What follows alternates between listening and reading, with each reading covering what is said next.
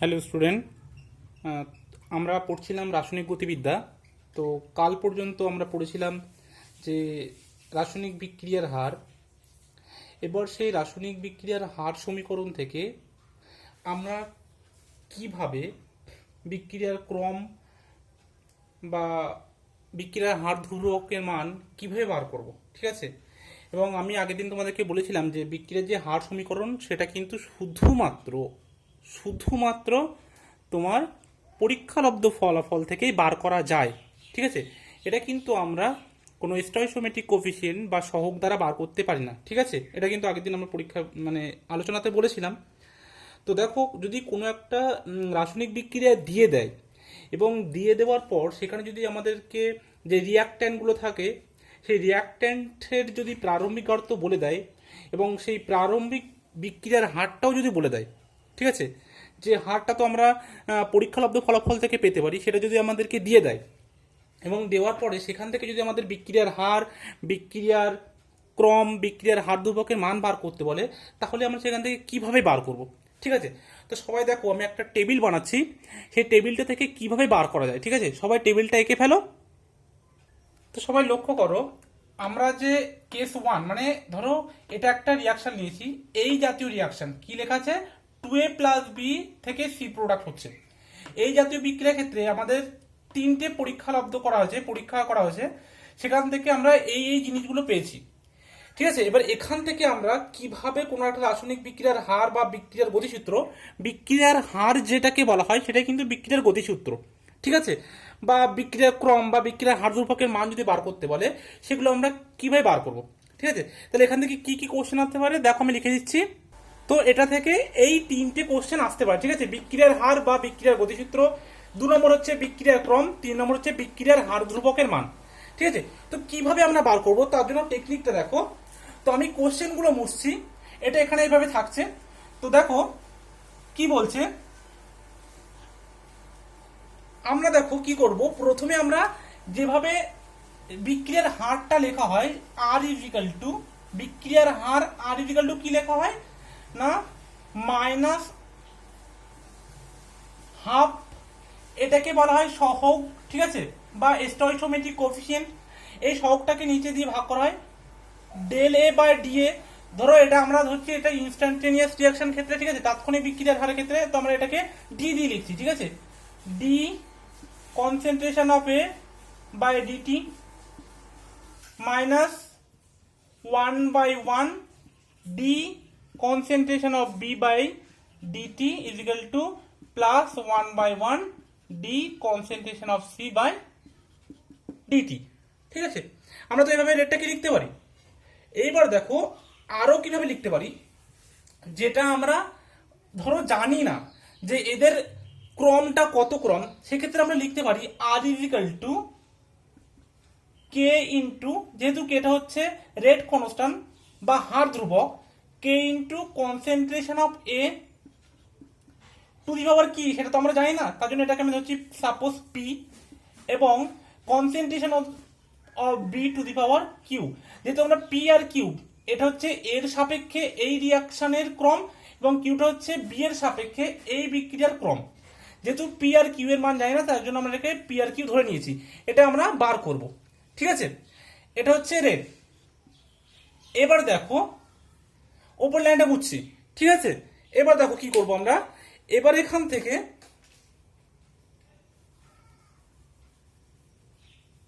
আমাদের যে মানগুলো দিয়েছে সেই মানগুলো লিখব, ঠিক আছে? দেখো আর ইজিক্যাল টু কি দিয়েছে, একটা কে ইন্টু এই এর কনসেন্ট্রেশন কত দিয়েছে, এক্স দিয়েছে, তাহলে আমরা লিখতে পারি X to the power P.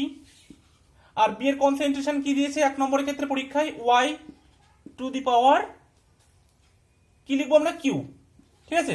এটা 1 নম্বর দিলাম, বুঝে গেল? তারপরে দেখো দ্বিতীয় পরীক্ষার ফলাফলে কি হচ্ছে, আরটা হয়ে যাচ্ছে কিন্তু 4r, ঠিক আছে? তাহলে 4r ইজিক্যাল টু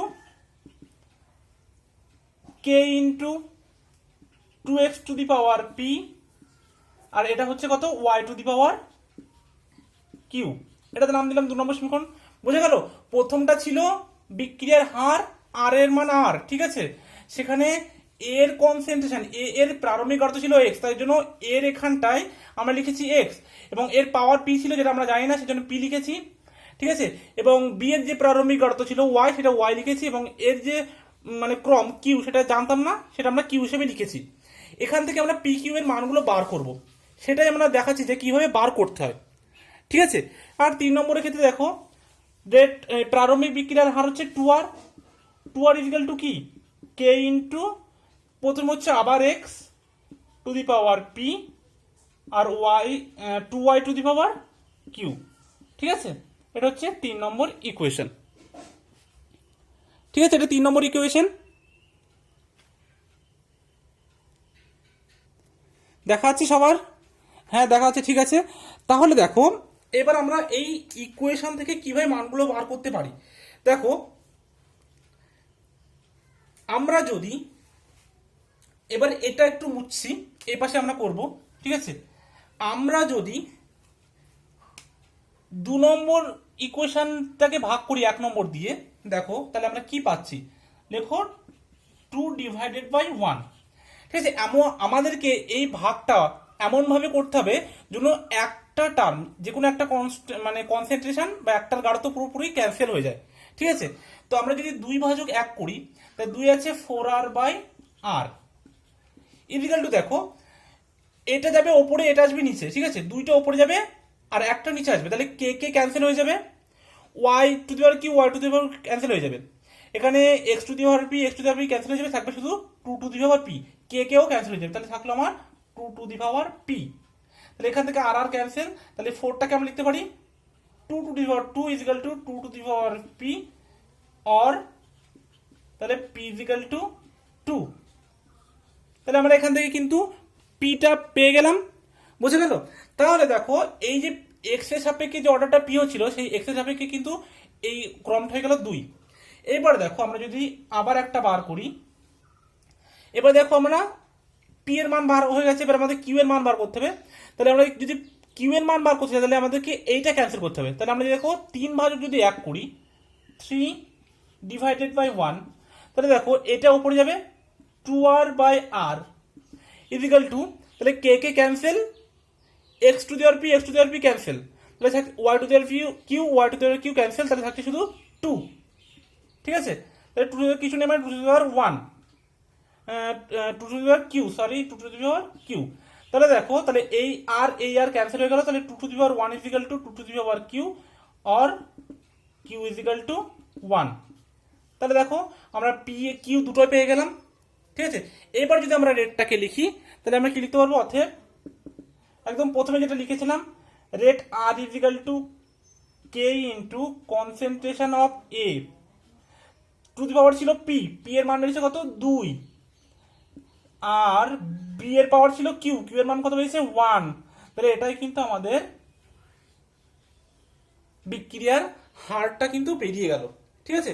আমরা কিন্তু এখান থেকে বিক্রিয়ার হারটা বার করে নিলাম, বা বিক্রিয়ার যে গতিসূত্র যেটা বলে, যেটা রেখে আমরা রেট ল বলি, ঠিক আছে, এটা কিন্তু বেরিয়ে গেল।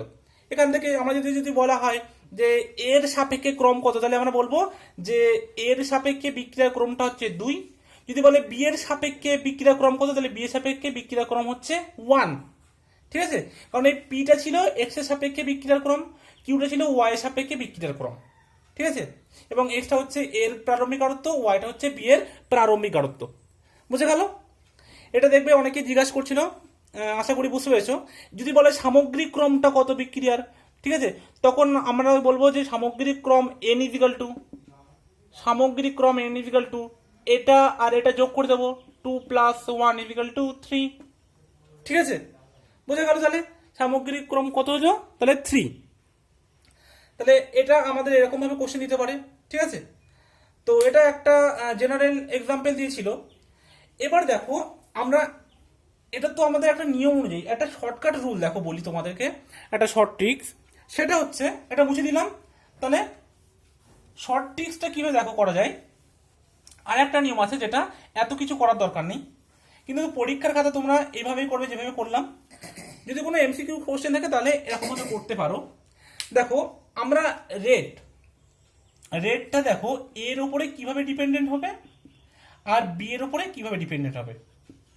ঠিক আছে, দেখো আমরা যখন যে কোনো একটাকে কনস্ট্যান্ট ধরে নেবো, 1 থেকে 3-তে যাচ্ছি, ঠিক আছে, সাপোজ 1 থেকে 2-তে গেলাম, তাহলে এখানে গাঢ়ত্বর চেঞ্জ কত হলো 2, দ্বিগুণ করলাম গাঢ়ত্বটাকে। সেখানে কি হলো দেখো, বি এর গাঢ়ত্বটা কিন্তু কনস্ট্যান্ট ছিল, ঠিক আছে, এটা কিন্তু কনস্ট্যান্ট রেখেছি, বুঝা গেল।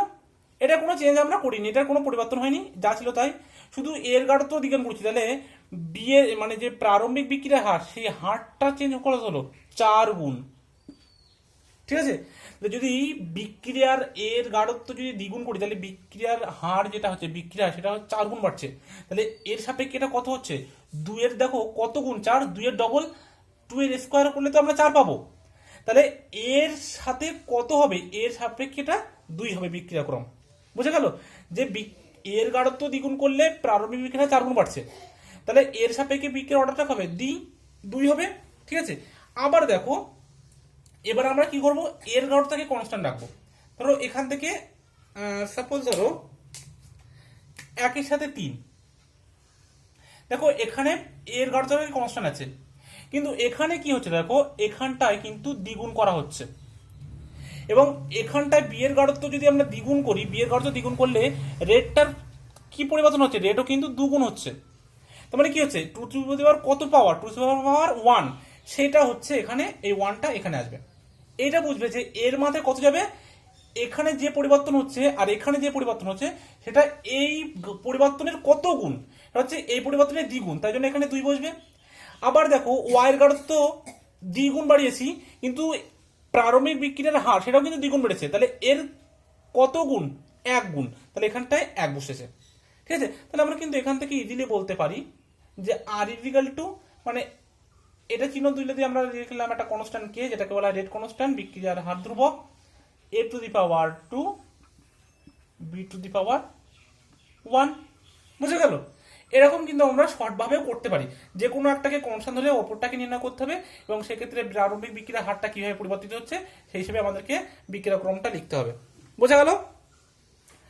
তাহলে দেখো একজন আমাদের বিজ্ঞানী ছিল, আচ্ছা ওটা বলার আগে আমরা আর একটা তোমাদেরকে দেখাই, এখানে একটু বলে দিই। দেখো এই যে সহগ 2 ছিল, স্টয়কিওমেট্রিক কোএফিসিয়েন্ট, সেটা কিন্তু এর মাথায় বসছে, এখানে কত ছিল 1 ছিল, এটা কিন্তু এখানে বসছে, ঠিক আছে।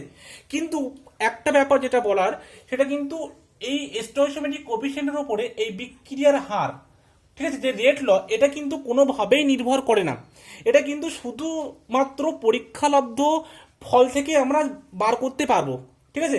এর সাথে এই সহগ বা স্টয়কিওমেট্রিক কোএফিসিয়েন্টের কোনো কিন্তু রিলেশন নেই, এটা কিন্তু মাথায় রাখবে, ঠিক আছে।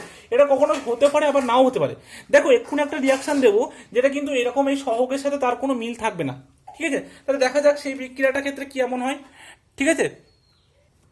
তোমরা দেখো এখানে শুধু কি করা হয়েছে, শুধু বিক্রিয়াটা বদলে দেওয়া হয়েছে, ঠিক আছে, বিক্রিয়াটাকে চেঞ্জ করা হয়েছে, এবং এই বিক্রিয়ার ক্ষেত্রে দেখাচ্ছে গাঢ়ত্ব আগের বিক্রিয়ার ক্ষেত্রে যা যা ছিল তাই তাই পরীক্ষালব্ধ ফলাফলে বার হয়েছে। সেখান থেকে দেখা যাচ্ছে যে আমাদের যে রেট ল, ঠিক আছে, যে বিক্রিয়ার হার সমীকরণ যেটা, সেটা কিন্তু আমরা সেমই থাকছে। কারণ দেখো, কারণ আমাদের এখানে যে এর গাঢ়ত্ব বা বি এর গাঢ়ত্ব যেমন ছিল বা প্রারম্ভিক বিক্রিয়ার হার যা ছিল, সেই সাপেক্ষে আমরা দেখলাম যে রেটের কিন্তু কোনো রকম পরিবর্তন হচ্ছে না, বিক্রিয়ার রেটটা কিন্তু একদম সেমই থাকছে। তোমরা কিন্তু এটা বার করতে পারো আগে যেভাবে আমি দেখালাম তোমাদেরকে, ঠিক সেইভাবে, ঠিক আছে। তো সেখানে দেখো এখানে এর সহগ কত ছিল, 3 ছিল, তো যদি সহগের ওপর নির্ভর করতো তাহলে এখানে 3 হতো, তাহলে এখানে 2 হতো না। বা বি এর সহগ কত আছে, এখানে 2 আছে, তাহলে এখানে বি এর মাথায় 2 হতো, তাহলে কি, কিন্তু না, পরীক্ষালব্ধ ফলাফল দেখা যাচ্ছে যে R equal to K into A to the power 2 B to the power 1, এটাই হচ্ছে পরীক্ষালব্ধ ফলাফল থেকে বিক্রিয়ার হার সমীকরণ, ঠিক আছে। তাহলে এর থেকে কি বোঝা যাচ্ছে যে বিক্রিয়ার হার সমীকরণ কোনোভাবেই কিন্তু স্টয়কিওমেট্রিক কোএফিসিয়েন্টের উপর নির্ভর করে না, ঠিক আছে। তোমরা এটা কিন্তু আগের মতো করে বাড়িতে প্র্যাকটিস করবে, যেটা আমি দেখিয়েছিলাম, এখন আর করছি না, জাস্ট আমি দেখিয়ে দিলাম এটা যে এইভাবেই হয়, ঠিক আছে। এবার দেখো কিছু একটা এক্সাম্পল দিই, মানে একটা প্রবলেম দিচ্ছি, সেখান থেকে আরো পরিষ্কার বোঝা যাবে। দেখো সেই আমি কিন্তু এখানে সেম রিয়াকশনটা রেখেছি, যেটা একটু আগে বললাম, আমি জাস্ট একটা গাঢ়ত্ব দিয়ে দিয়েছি। ধরো সাপোজ এই গাঢ়ত্বগুলো পরীক্ষালব্ধ ফলাফল থেকে পাওয়া গেছে এবং এই পরীক্ষালব্ধ ফলাফল থেকে বিক্রিয়ার হারটা পাওয়া গেছে। আমাকে এই যে প্রারম্ভিক বিক্রিয়ার হারটা পাওয়া গেছে, আমাকে টোটাল বিক্রিয়ার হারটা বার করতে হবে, যেটা রেট ল বলা হয়, ঠিক আছে, বা বিক্রিয়ার গতিসূত্র যেটা বলি আমরা, আর একটা হার ধ্রুবকের মান যেটাকে কে দ্বারা প্রকাশ করা হয় সেটার মান বার করতে হবে, ঠিক আছে। এবার দেখো এখান থেকে দেখো এখানে আমাদেরকে দেওয়া আছে প্রারম্ভিক বিক্রিয়ার হার, আমাকে বার করতে হবে বিক্রিয়ার হার। বিক্রিয়ার হারটা আমরা কিভাবে লিখি, আর দ্বারা লিখি, যে rate law R is equal to K into concentration of A to the power, ধরো আমরা কিছু জানি না তাহলে এক্স ধরছি, আর concentration of B to the power Y, ঠিক আছে। যেহেতু আমরা এক্স ওয়াই এর মান জানি না সেই জন্য আমরা একে ধরে নিচ্ছি, এবং এটা একমাত্র পরীক্ষালব্ধ ফলাফল থেকে পাবো, ঠিক আছে।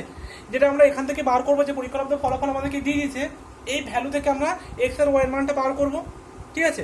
তো দেখো প্রথমে বিক্রিয়ার ক্ষেত্রে আর এর মান যেটা বলেছে 2 × 10⁻³ ঠিক আছে, এবং কে ইন্টু কনসেন্ট্রেশন অফ এ এর মান বলেছে 0.1, ঠিক আছে। তো এখানে লিখলাম 0.1 টু দি পাওয়ার এক্স, আর বি এর মানও বলেছে 0.1 টু দি পাওয়ার ওয়াই, ঠিক আছে। এটা 1 নম্বর ইকুয়েশন দিয়ে দিলাম। তারপরে সেম হবে পরেরটা 1 × 10⁻³ 1 × 10⁻³ ইজ ইকুয়াল টু কে, এর মান দিয়েছে 0.1 to the power X, Y এর মান দিয়েছে 0.2 টু দি পাওয়ার ওয়াই, ঠিক আছে। এটা ইকুয়েশন 2। থার্ড ইকুয়েশন, সেখানে রেট বলেছে যে 4 × 10⁻³ is equal to K into এর গাঢ়ত্ব বলেছে 0.2 to the power X, B এর গাঢ়ত্ব বলেছে 0.1 টু দি পাওয়ার ওয়াই, ঠিক আছে।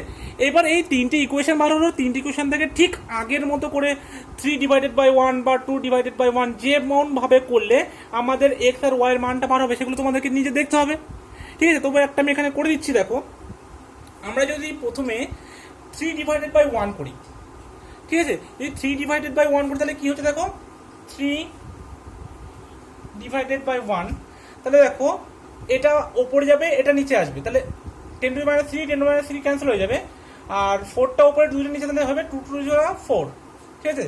তাহলে ওপরে থাকবে এখানে 2, আর এখানে থাকবে দেখো 0.2টা যাবে ওপরে, 0.1টা আসবে নিচে, ঠিক আছে।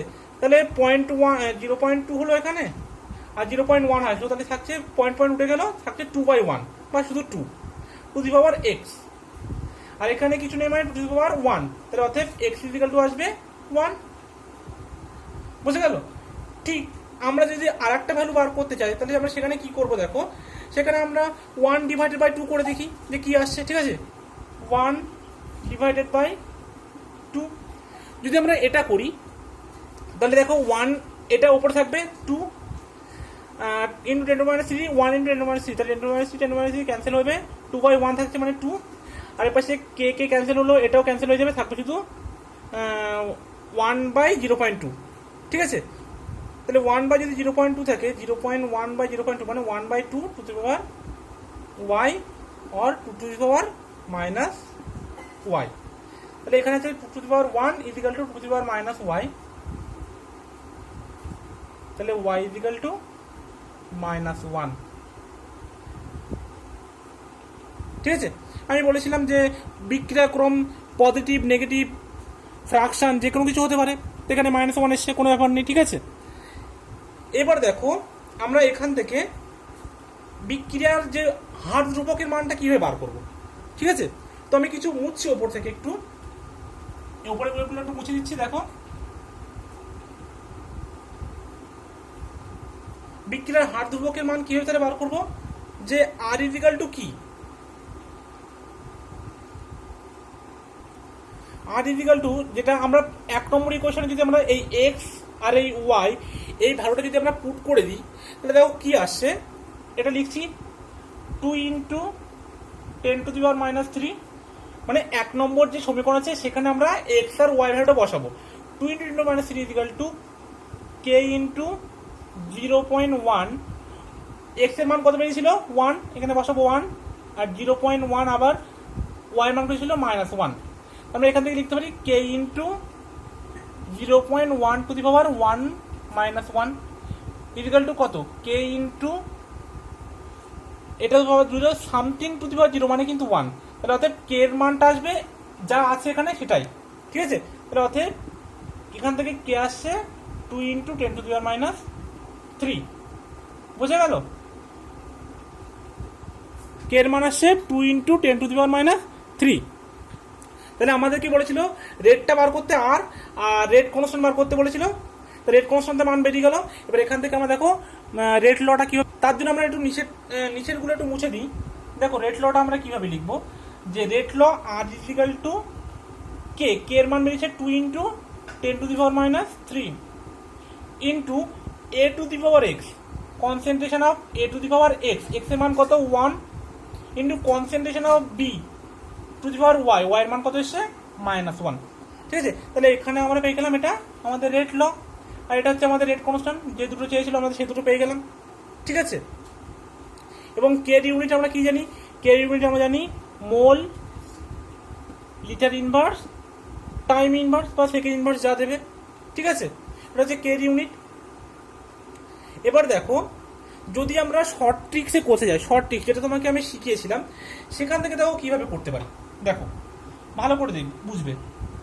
দেখো আমরা বলেছিলাম তার জন্য আমাদেরকে যে কোনো দুটোকে কনস্ট্যান্ট থেকে আরেকটাকে চেঞ্জ করতে হবে। যদি আমরা এখান থেকে এখানে যাই তাহলে দেখো এখানে এটা কনস্ট্যান্ট থাকছে, এর গাঢ়তটা কনস্ট্যান্ট থাকছে, বি এর গাঢ়ত কি হচ্ছে ডাবল হচ্ছে, বি এর গাঢ়ত ডাবল করলে এখানে বিক্রিয়ার হারের উপর কি প্রভাব পড়ছে, বিক্রিয়ার হার 2 থেকে 1 হয়ে যাচ্ছে, মানে কি অর্ধেক হয়ে যাচ্ছে। আর অর্ধেক হচ্ছে তার মানে কি, তার মানে হচ্ছে এর সাথে অ্যান্টি প্রপোর্শনাল, ঠিক আছে, মানে আর বি এর সাথে ইনভার্সলি প্রপোর্শনাল, কিন্তু এর দ্বিগুণ করলে ওটা তার অর্ধেক হচ্ছে, তার মানে কি এর যে আমরা দ্বিগুণ করলে এর অর্ধেক হচ্ছে, তার মানে এটার সাথে কিন্তু এটা ইনভার্সলি প্রপোর্শনাল, বুঝে গেল। আর যদি আমরা এর সাথে দেখি আর প্রপোর্শনাল টু, এবার দেখো বি যখন প্রথম থেকে 3, এখান থেকে এটা যখন কনস্ট্যান্ট, তখন এখান থেকে এটা আসলে আমরা হচ্ছে এটা ডাবল, তাহলে এর গাঢ়তা যখন দ্বিগুণ হচ্ছে তাহলে বিক্রিয়ার হারে কি পরিবর্তন হচ্ছে, বিক্রিয়ার হারও কিন্তু 2 থেকে হচ্ছে 4, মানে এটা হচ্ছে ডবল। তাহলে সেই পাওয়ার দেখতে হবে যে 2 এর কত পাওয়ারে গেলে এটা হচ্ছে 2 টু দি পাওয়ার 1, 2 এর 1 গুণ, মানে এখানে এর সাথে একেবারে সিম্পলি প্রপোর্শনাল, ঠিক আছে। তাহলে আমরা কি লিখতে পারি, R proportional to B to the power -1 আর R proportional to A to the power 1, অতএব আর ইজিক্যাল টু একটা প্রপোর্শনাল জন্য উঠে গেলে আসবে constant K rate constant A to the power 1 B to the power -1, ঠিক আছে, বোঝা গেল। এবং এখান থেকে আমরা এর মানটা হচ্ছে যেগুলো বেরিয়েছে এর মান বি এর মান, সেখান থেকে আমরা কে এর মান বার করতে পারবো একদম সেম ভাবে, ঠিক আছে, এগুলো দেখবেন। তো আজকে এই পর্যন্ত থাকলো, আমি নেক্সট কিছু কোশ্চেন দিচ্ছি যেগুলো এইভাবে করতে হবে, সেগুলো তোমরা করবে। তো আজকে এই পর্যন্ত থাকছে, ঠিক আছে।